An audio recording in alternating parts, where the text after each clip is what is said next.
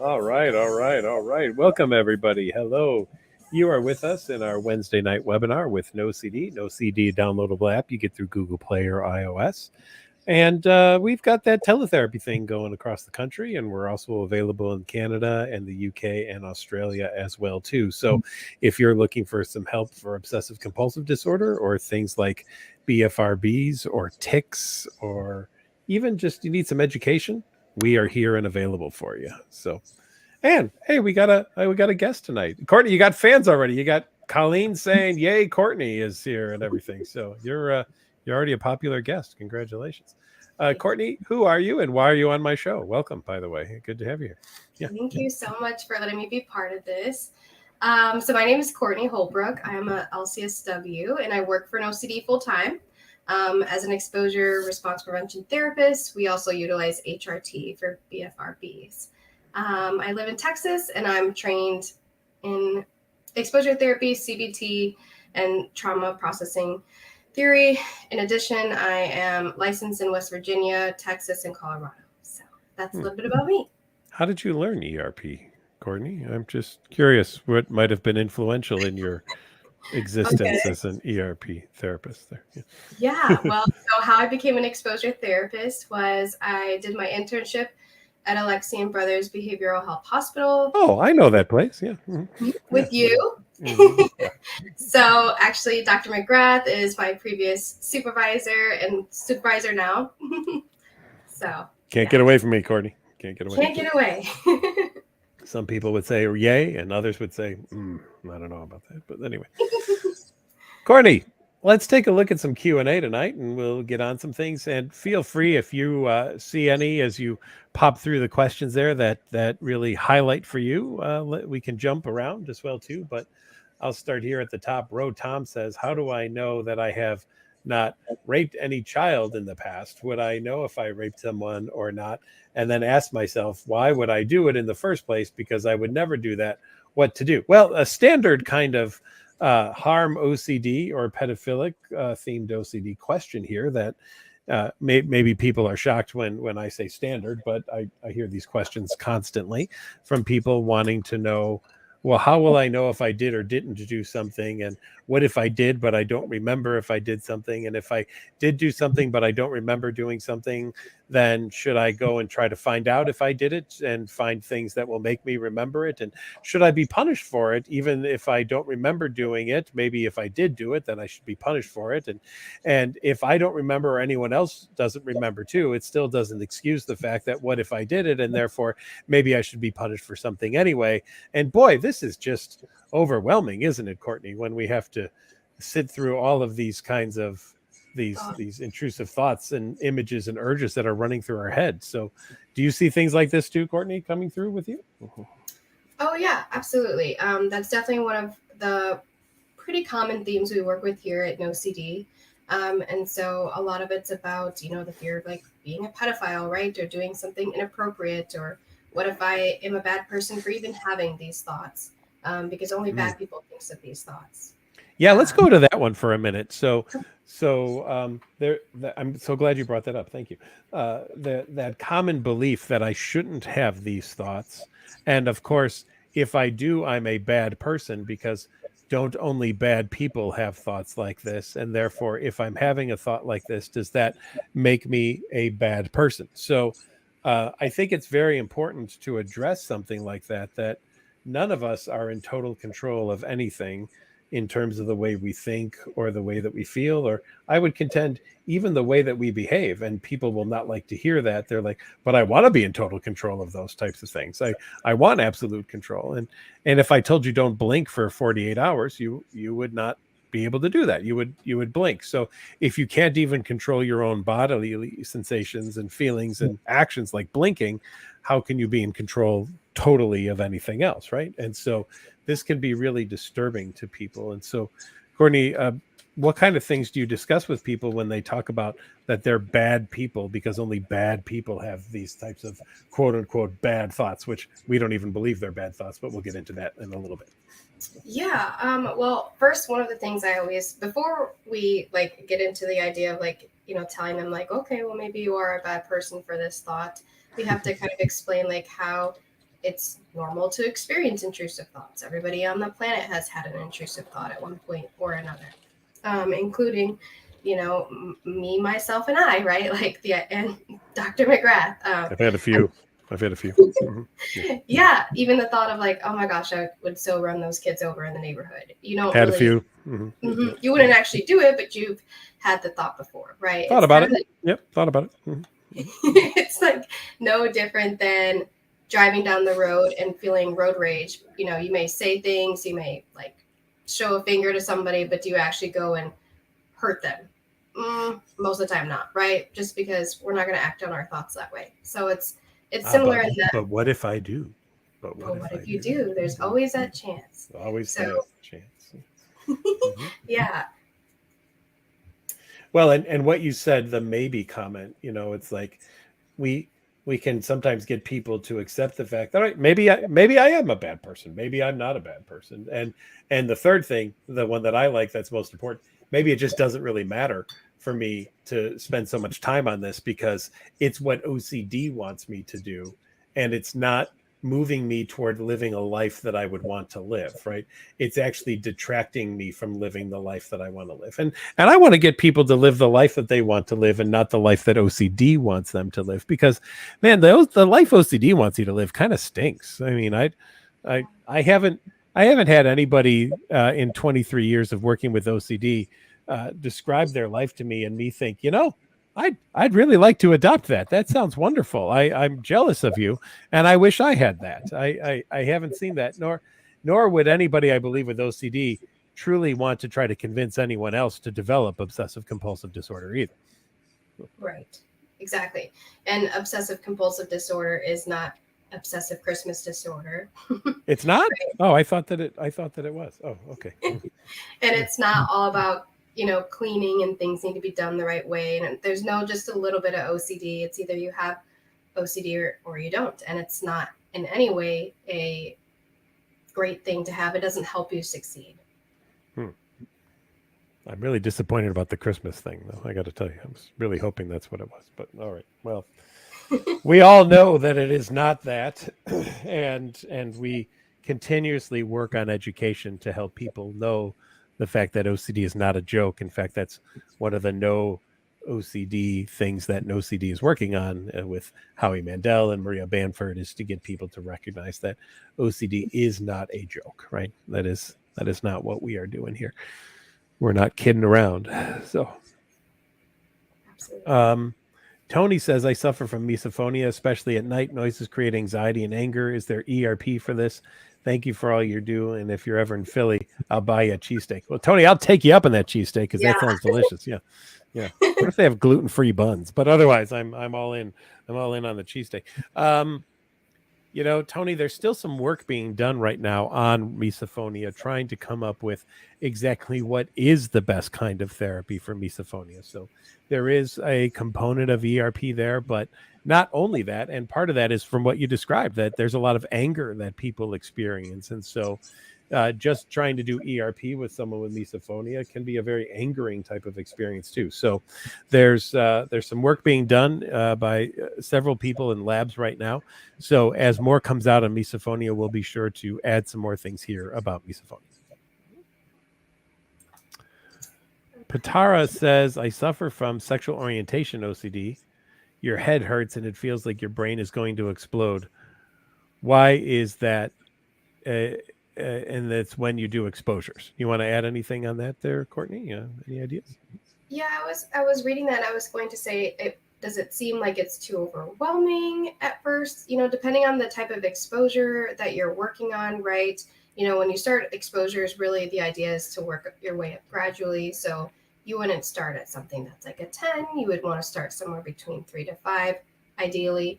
But also sometimes it's just this idea of kind of pushing through that discomfort and getting used to it. So maybe at first it feels like your head's going to explode. But how long could you try to sit in that feeling? A minute, 2 minutes, before you engage in some safety seeking behavior? Or what do you think is going to happen if you were to sit in that feeling?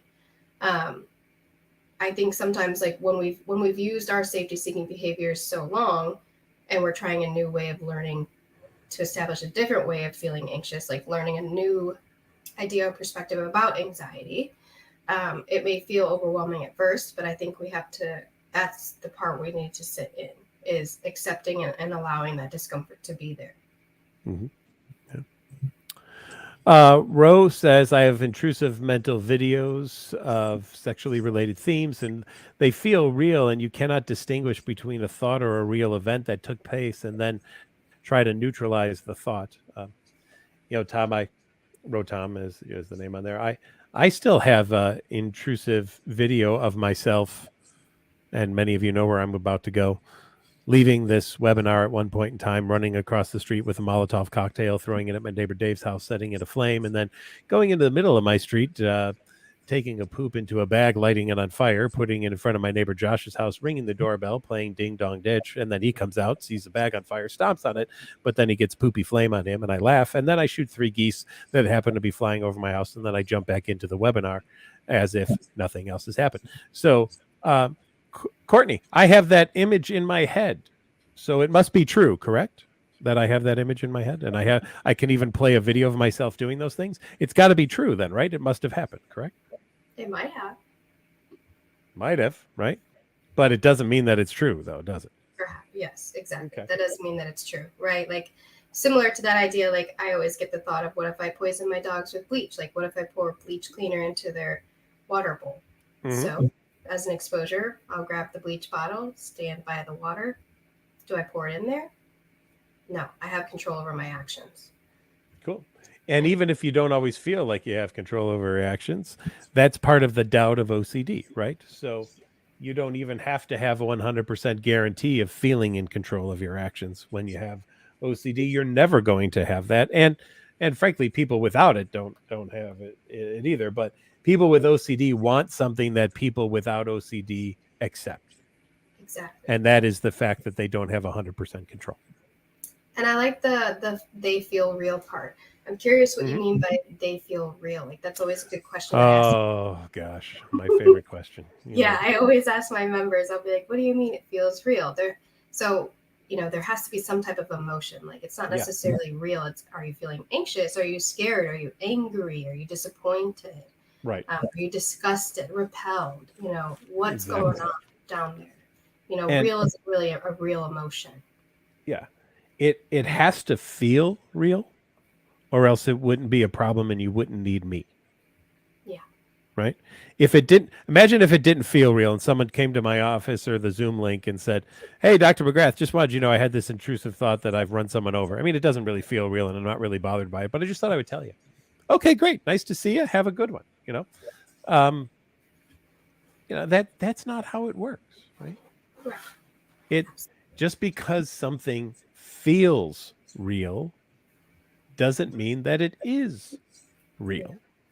Or true. And that's where I think, or true. And that's where I think people really get confused all the time, is that notion of thought action fusion. A thought is equal to an action. A thought is as bad as an action. Thinking something is just like doing something. And therefore a thought is a reality, because since I thought it and it's just as bad as doing it, then I must have done it, or maybe I did and I don't know, and all these kinds of things.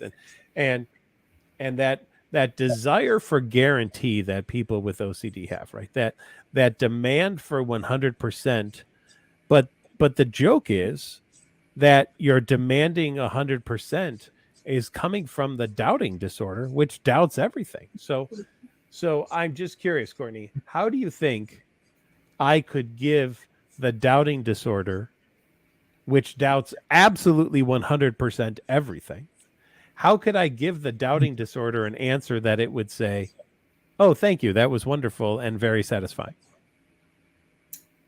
You can't. Even if you get that reassurance, or if you get that, calm feeling temporarily relieved by researching, Googling, hand washing, whatever it is, it doesn't last. It comes back again and again and again. It's like the idea of, don't think of a pink elephant. that's what you're going to think of. You know, if you say to avoid these thoughts and don't think about it, the pink elephant.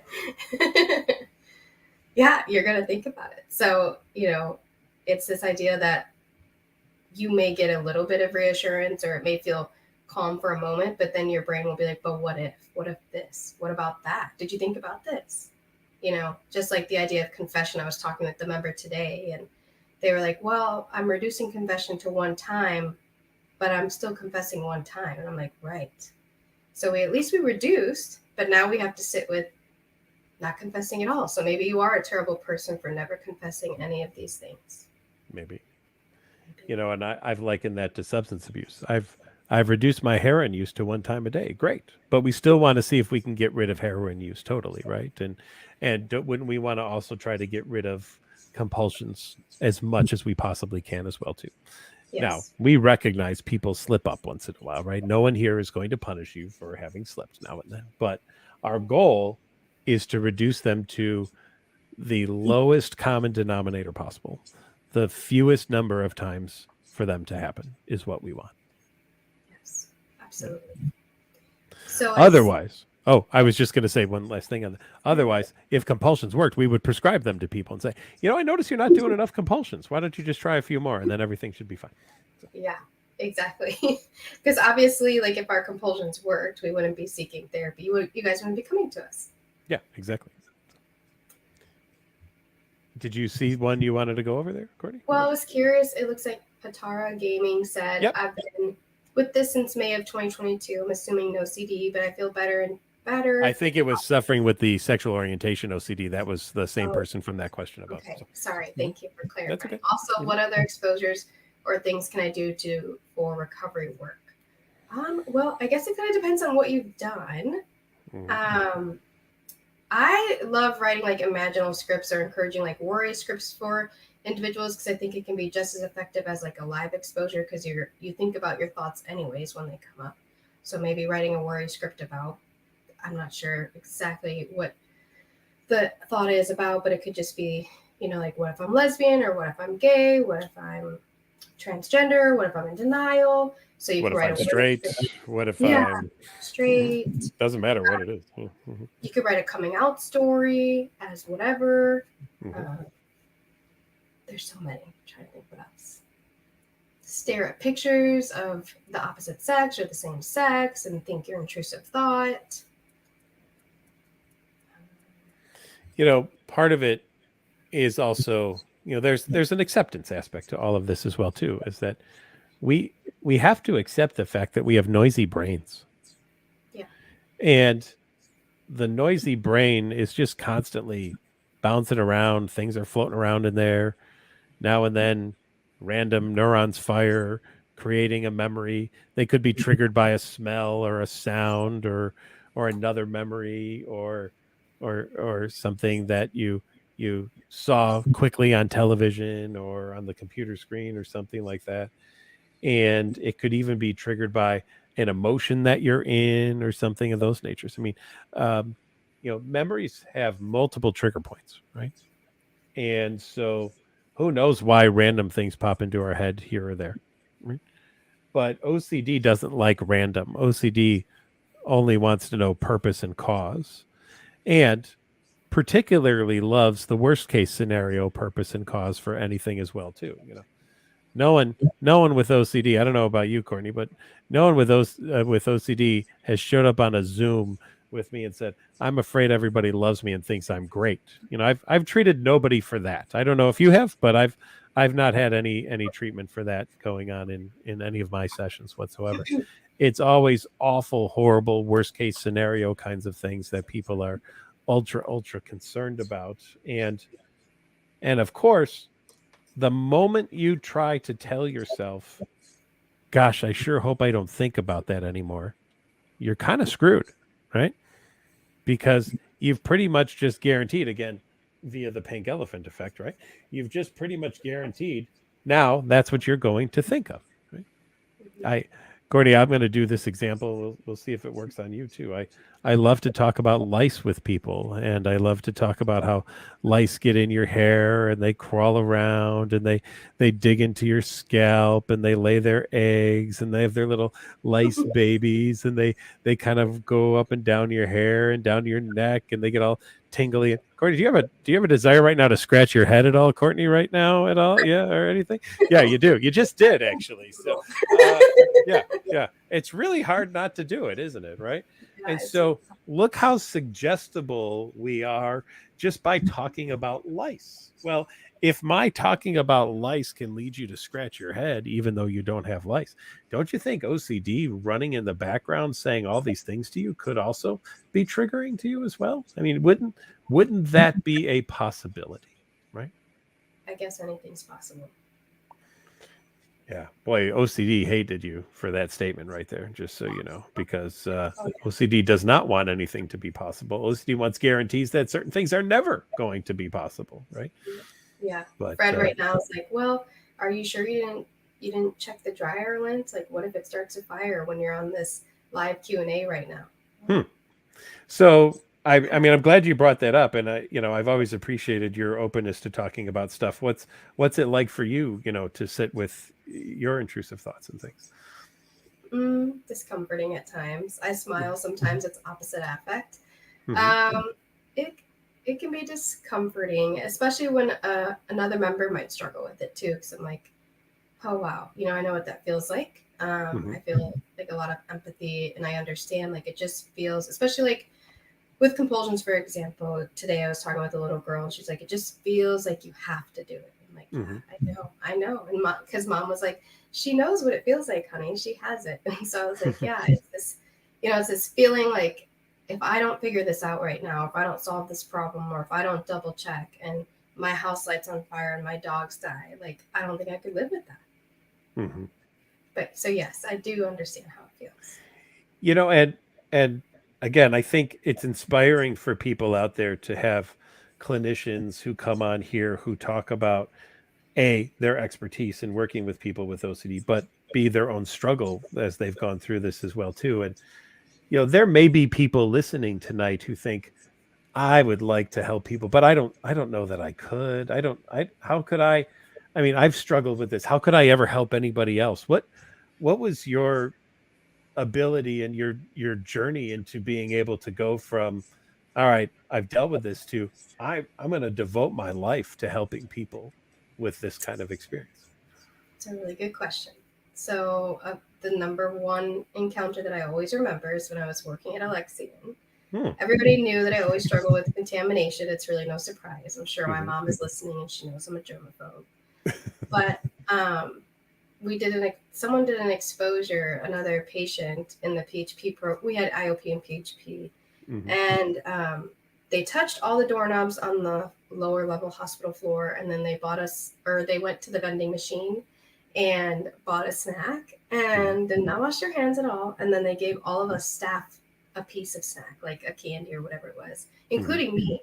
And I remember Jennifer Adams was like, Courtney,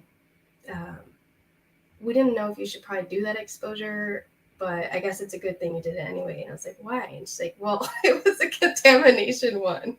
And I was like, okay, well, I guess like if Ebola's on there or HIV, I ate it, it's in my system, and I'll have to figure it out later. So that kind of was like monumental for me in terms of that. And then that kind of really like shifted my focus of, plus watching it work, like seeing everybody, like seeing so many clients or patients who like would struggle with like pedophilia, OCD, and intrusive harm, and checking and all that stuff when they would do the exposures, and seeing the excitement light on their face when they're like, I don't have to give into a thought. It's not a fact. I'm like, yes, it's not. Isn't that awesome?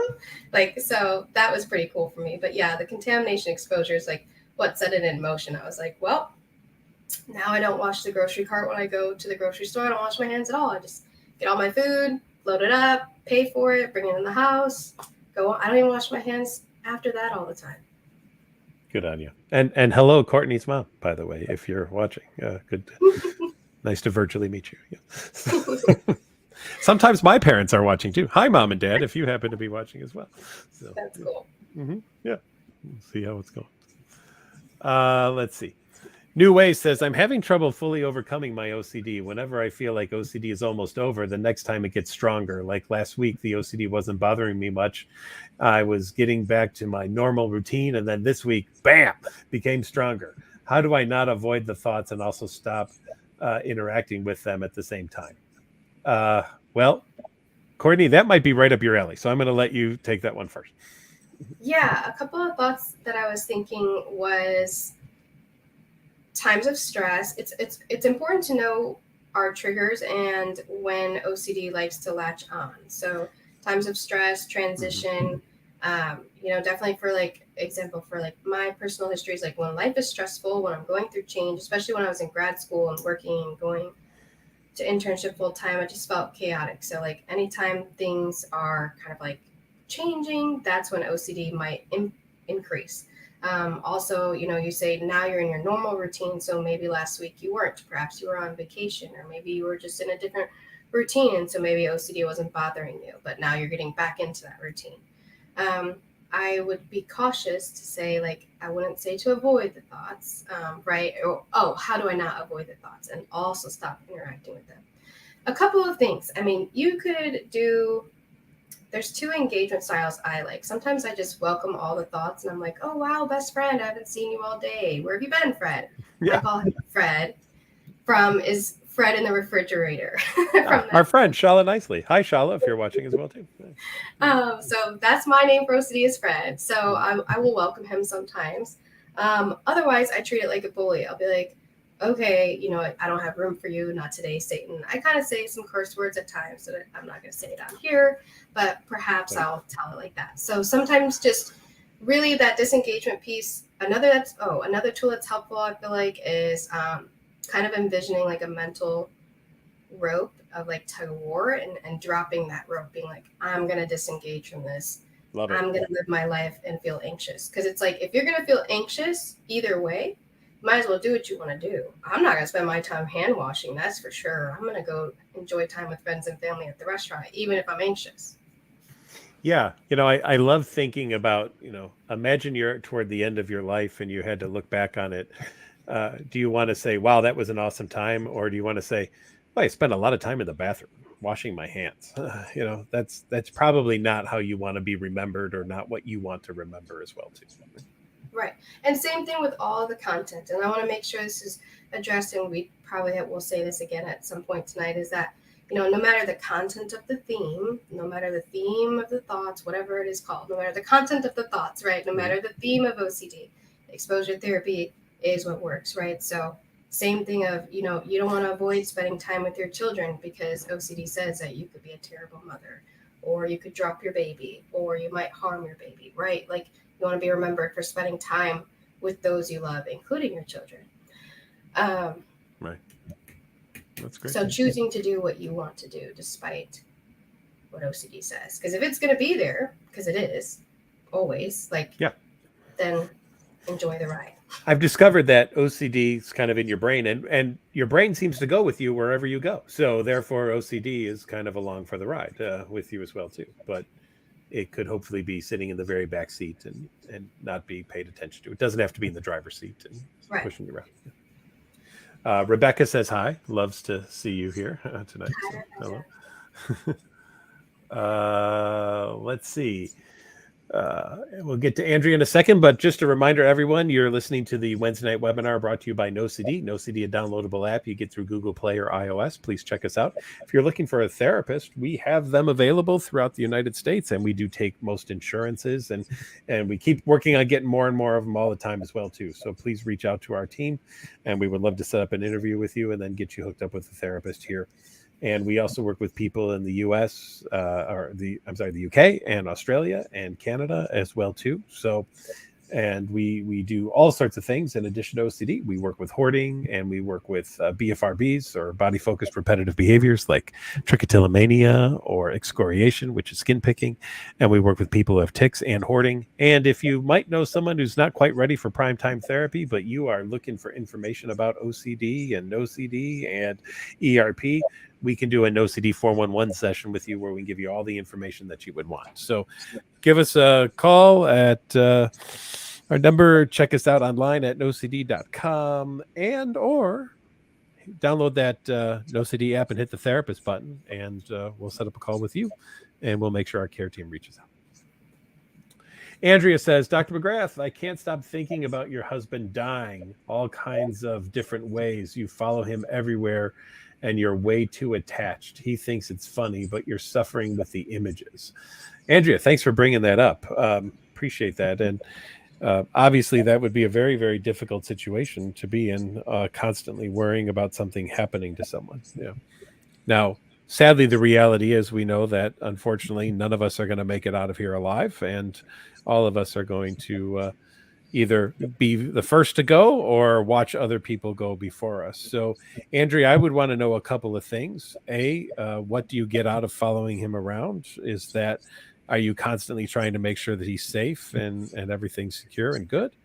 I would also wonder, Andrea, what it would be like if you were to leave him alone for a while and how you would feel. And have you practiced that at all? And would you allow yourself to sit with that discomfort for longer and longer periods of time, allowing your husband to be by himself and you away from him, and allow yourself to learn that you can handle the discomfort that you have about the fact that he could die? It is a possibility, right? And, from my own personal, watching my spouse die from cancer, it did not go well. It was not fun, but I also knew that if I watched her or didn't watch her, the cancer was going to get her. So we knew it was inevitable for 6 years. We just didn't quite know when it was going to happen. And so I would spend time with her. But my friends and family were also wonderfully good at kicking me out of the house now and then and saying, you need to get out of here and you need to go play some golf, and we're going to sit with her while you go take care of yourself as well, too.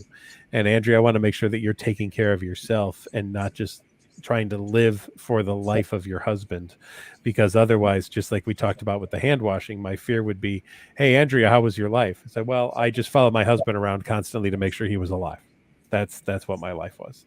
And I don't know that that's what you'd want your legacy to be. So, Courtney, I think we've come up with a new fun thing here. What's your legacy question?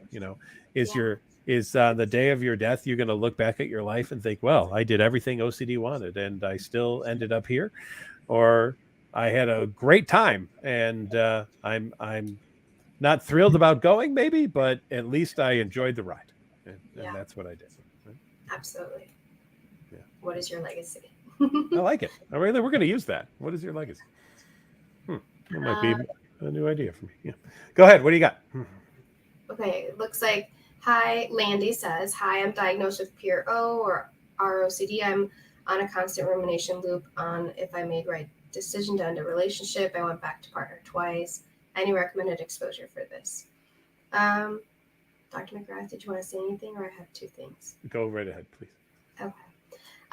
One thing was with pure O. I have a hard time with that. We have compulsions no matter what. So even if they are mental compulsions, I just wanted to clarify, there really is no just obsessional content. You always have to have a compulsion with it.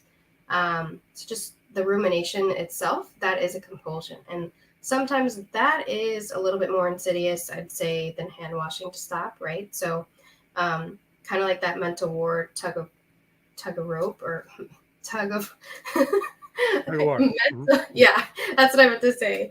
Tug of war, the mental tug of war, we want to visualize dropping that with OCD. And same thing with rumination, is that recognizing that we're ruminating and redirecting ourselves to the task at hand, whatever that is in the moment, right? So if you're practicing an exposure and you're sitting with this intrusive thought of, did I make the right decision?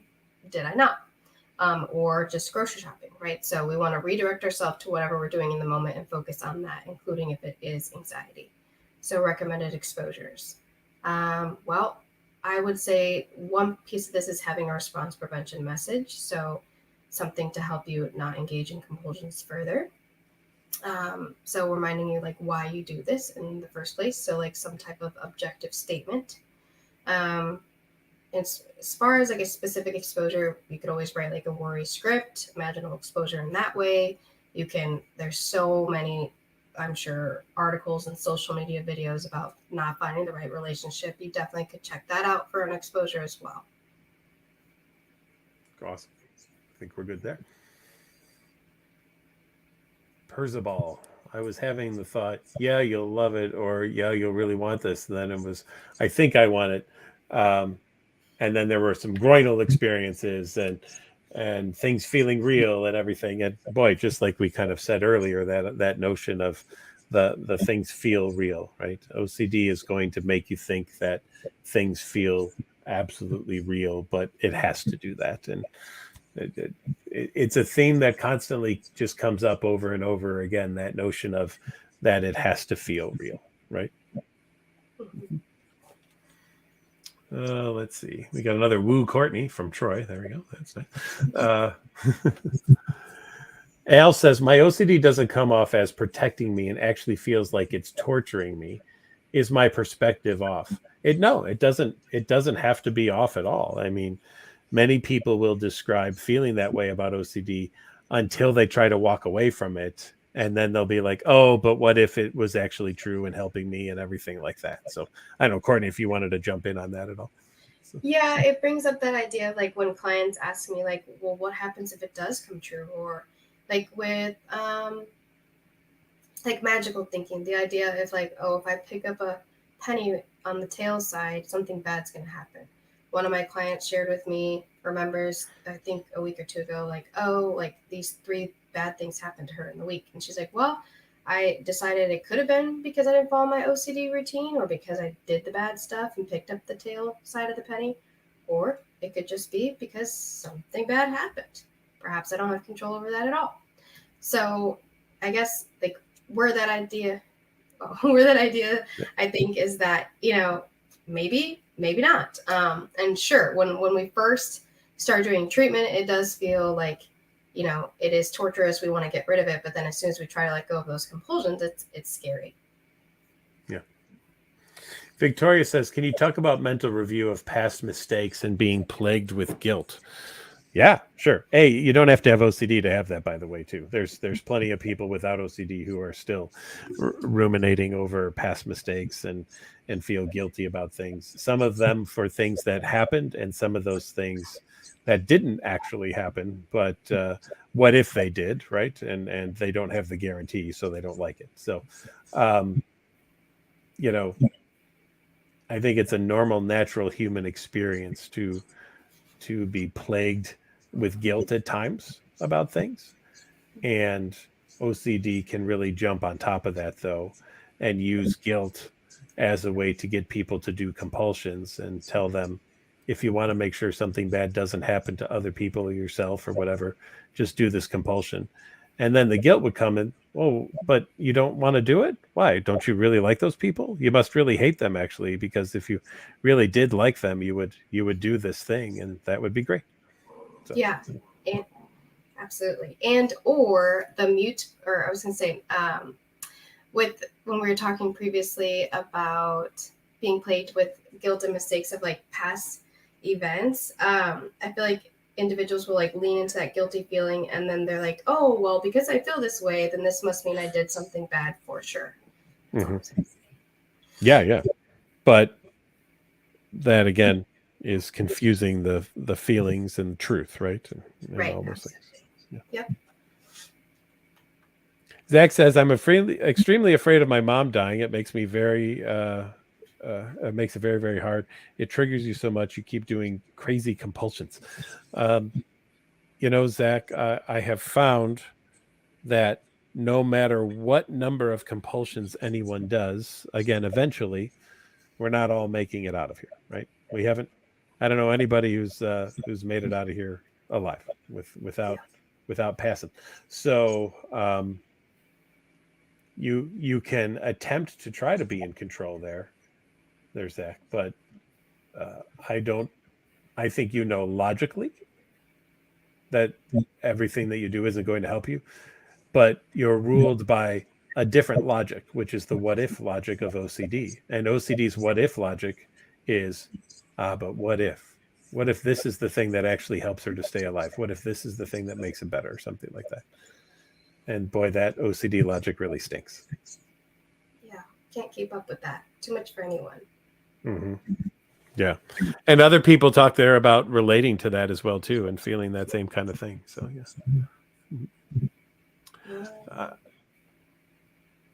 Do you have exposure ideas to help address the fear of not getting to sleep or sleep anxiety? I think the first thing that you have to do is good sleep hygiene. So if you find yourself in bed longer than 15 minutes, get out of bed, right?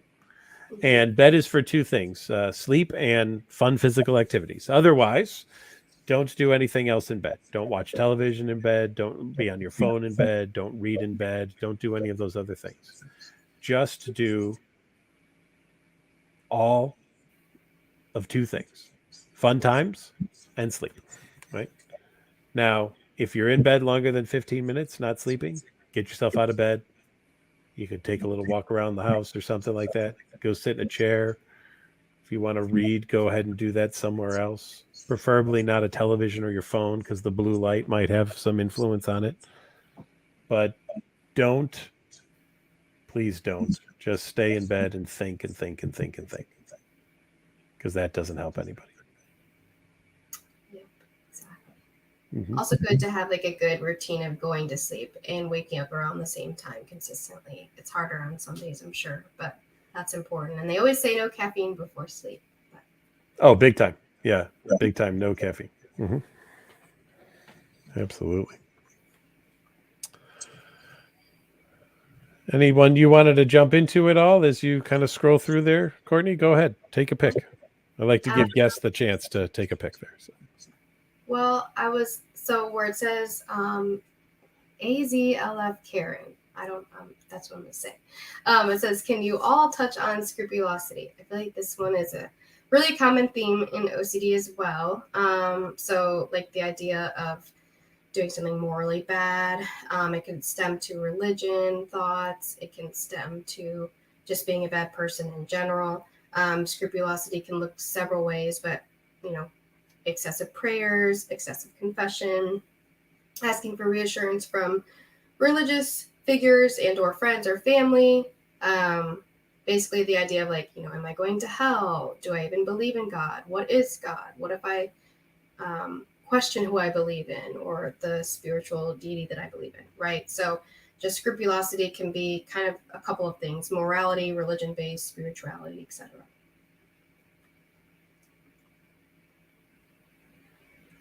And we need to talk about the moral scrupulous piece a lot too, which I'm always a big fan of, is the notion that there is. Courtney, I'm getting a little feedback from you. I don't know if you have headphones at all. Maybe you could put in. That would help. Is that better? Yes, that's much better. Mm-hmm. Yes, thank you. The religious piece is there, but the moral piece is also very important, fearing that I've done something morally or ethically wrong and harmed someone in that way as well, too. So always good to touch upon that as well. And I would contend moral scrupulosity is probably a driver of many forms of obsessive compulsive desire and underlies things like fear of harming people and things of that nature as well. Like hit and run OCD, mm-hmm. Dropping your baby down the stairs. What if you poisoned your dog? Things like that. So yeah. Both of those. Because then I would have to maybe explain that to my family and friends, and what if they hated me, and I would go to jail and it would be on the news, and that would just be awful and horrible, and just all of those different types of things would be so very, very difficult, right? So okay. I feel like we might have answered this one earlier. Yeah, we answered that one already. Yeah, so we don't have to. We can move on. Okay. Troy 5155. Hi, my OCD popped out of nowhere. I'm at the gym and I'm working out and I see some black stuff on the side of my water bottle and I'm scared it is poop. I smelled it and it didn't smell like poop, but I want to check my car and wipe my phone, AirPods, check where I was before, etc. Well, maybe you could go back and touch the black stuff, perhaps. No, that might be too much, but Well, we would want to get there eventually, right? I mean, that would be kind of an ERP that we would want to go to. We don't have to assume that every kind of thing that we discover is the worst case scenario, right?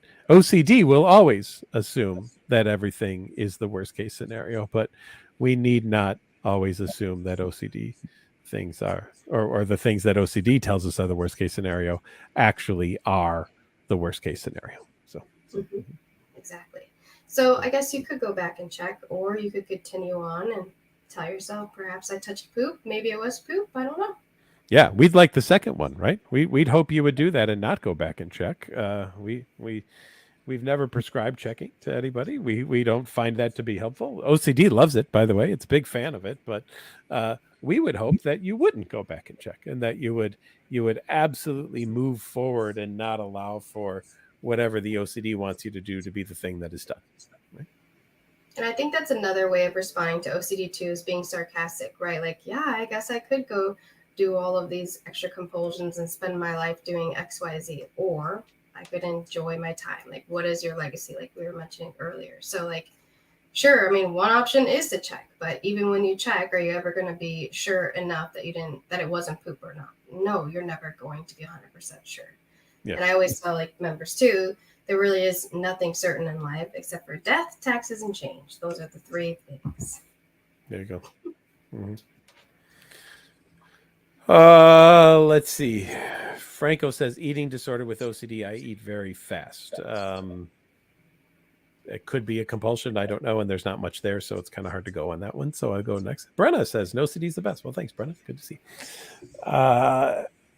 Merzad, can you talk about perfectionistic OCD? I either feel dirty and anxious or have to exactly remember things in extreme detail, over analyzing to try and perfectly remember, exactly understand why. Let's see if there's another piece from you there. Nope, that's just it. So, OCD would, of course, want everything to be perfect, to be perfectly understood, to be perfectly clean, to have every perfect detail, to be perfectly analyzed. Of course, unless you're like Mary Lou Henner or one of maybe 50 other people in the world that we know of who have a photographic memory, none of us will have that, right? None of us will have that absolutism that we 100% have a knowledge or guarantee of everything. In fact, Elizabeth Loftus did a great deal of studying this. Wonderful psychologist who studied memories, and she studied it in terms of eyewitness testimony. And she even did an interesting experiment when lawyers said to juries, listen, this is how fast the cars were going when they hit each other versus when the cars smashed into each other. But she used the same speed limit, the same speed on that. The juries that heard the word smashed rewarded more money to the people in the accident than the juries who heard the word hit. Just stuff like that, from what is just kind of interesting and fascinating. So how we can be influenced by all sorts of things, and how memory can be influenced. Now, some of you may hate that. Some of you may be like, wait a minute, I can't even trust my memory 100%. And I've said this one on here before. The morning my grandmother died, my mom and I have a difference of opinion, right? She remembers answering the phone and running out of the house and going to my grandma and grandpa's house. And I remember that I answered the phone and I told her it was grandpa on the phone. And so she really believes her way was the way it happened. I really believe my way was the way it happened. But I'm also not going to say with 100% that I'm right? Because it was a very emotional morning. So maybe my emotion played some role in my memory and things of that nature. And it is interesting. I don't think that OCD helps you remember things better.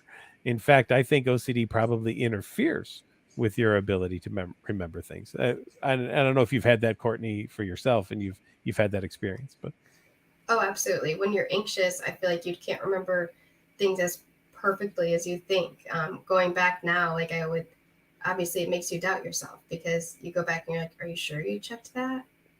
and then you'll be like, well, I remembered this. But so no, I always tell clients too, like with anxiety and OCD, there's really no way to remember all the details, one, and number two, you may be wrong about them. And just like you kind of explained with the death of your grandma, like everybody's perspective might be different in that situation. So maybe how you think it might have happened is maybe not how it happened at all. Mm-hmm. Yeah. And guess what? I'm okay with it. I'm okay that we have a different opinion in that experience, and I don't need to know 100% in that situation, right? And there's probably not much way that anyone's going to convince me, because it happened when I was in 5th grade.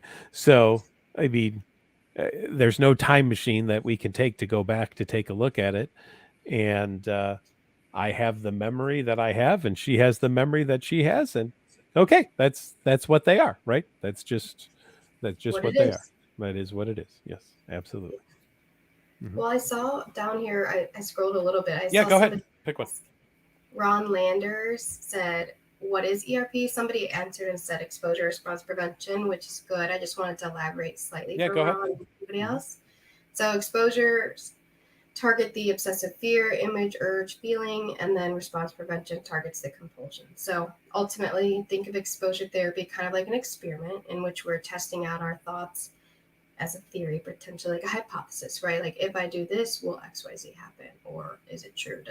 Is it gonna be true? So exposure therapy is basically about facing our fears gradually, of course.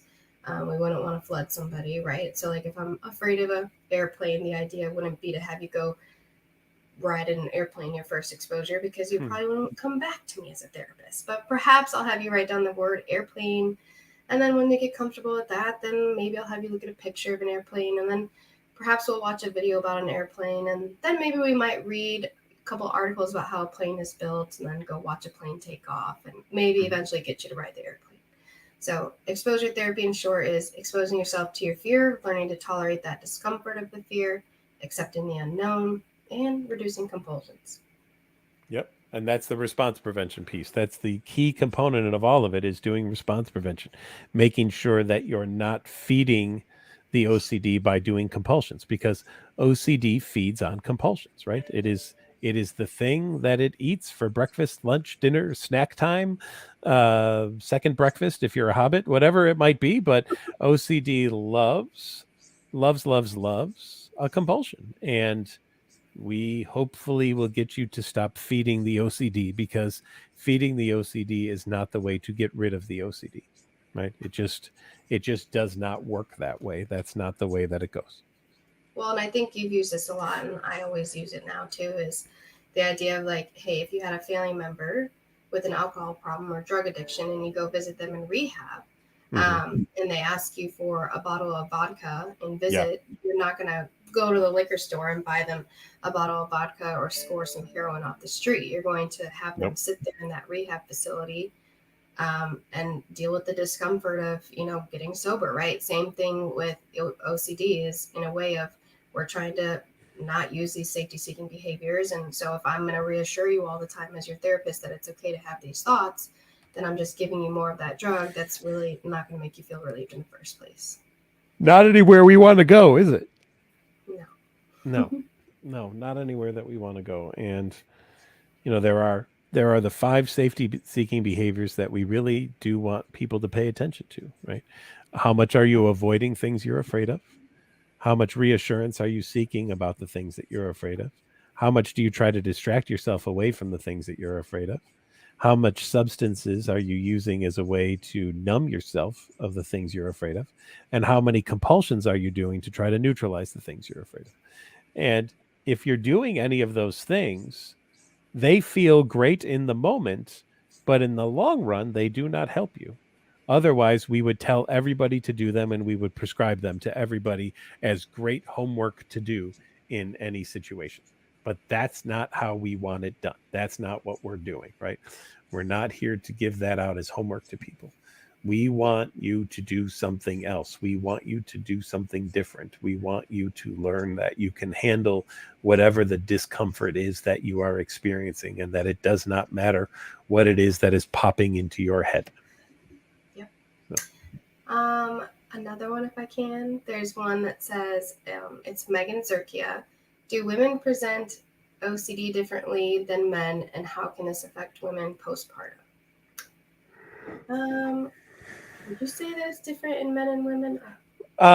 The themes can be very similar, right? What if I harm the child or something? And I've treated men who have postpartum OCD as well too, which may shock people. So usually we now refer to it as the perinatal OCD experience, which means from the point of conception through a year or more after the birth is done. And it isn't just a hormonal experience. And I think a lot of people get stuck on the notion that, oh, it's the hormones. That's why all this stuff happens. No, it's not just that. That could play a role in it, right? Absolutely. But it doesn't have to be the hormones. It's a stressor too. And having a baby is a stressor.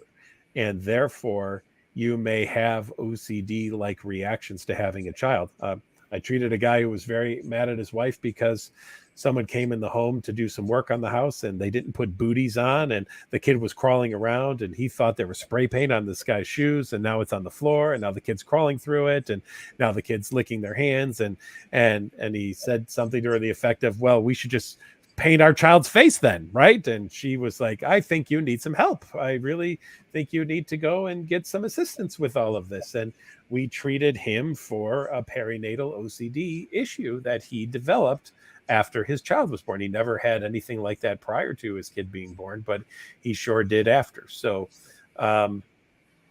would women be more likely to develop this? Yes. Why? Because the hormonal part of it would be there for women that you wouldn't see in men, but the stressors can be there. And the stressors can even happen for adoptive parents and for parents who are fostering, and it doesn't discriminate, right? It is a stressor to all.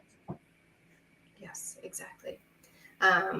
Yeah. So, and I think too, like another training that I took a couple months back was about, I think, even providers who deal with individuals with postpartum misdiagnose OCD about, I don't know the exact percentage. It was like 60 to 70% of the time. Like even providers that have experience working with postpartum individuals, they misdiagnose, and it's not OCD. They diagnose it with psychosis or something else. So it's a really important topic in population to think about and consider as well. Yeah. Well, I always like to give our guests a chance to give a little bit of a final shout out or anything, Courtney. So is there anything that you want to share with our wonderful audience at all, or what do you think? Yeah. Well, thank you for letting me be part of this. I was a little nervous, but I think it got easier. I want to just say, we're always here to help. If you ever have questions, just like Dr. McGrath said, we have a 411 NoCD session. So if you have questions about how treatment works for your loved one, if they're not quite ready, we also obviously offer therapy. We have a lot of interactive tools and functions within our app that's helpful in maintaining accountability with doing homework for exposures. If you're not ready yet, I always recommend the Freedom from OCD book, Obsessive Compulsive Disorder is actually what it says, by Jonathan Grayson. That's like my personal Bible and professional. So I'd recommend that. And definitely just try to live in that uncertainty realm. Reach out if you have questions or if you're interested in, moving forward with treatment. Courtney, it's been a pleasure having you here tonight. Thank you so much. Really do appreciate it. And thank you all for checking in with all of us here at NoCD. Remember, check out NoCD. You can get it at Google Play or iOS. We would love to have you join us and see what we could do to help you out with your OCD. You don't have to continue suffering with OCD. You can live the life that you want to live and not the life that OCD wants you to live. Thanks also to Paul Melia, our theme song author. Happy to have you, Paul, come back again anytime from Ireland. We hope you're well. Courtney, it's been a pleasure. Thank you so much. Have a great night. Bye.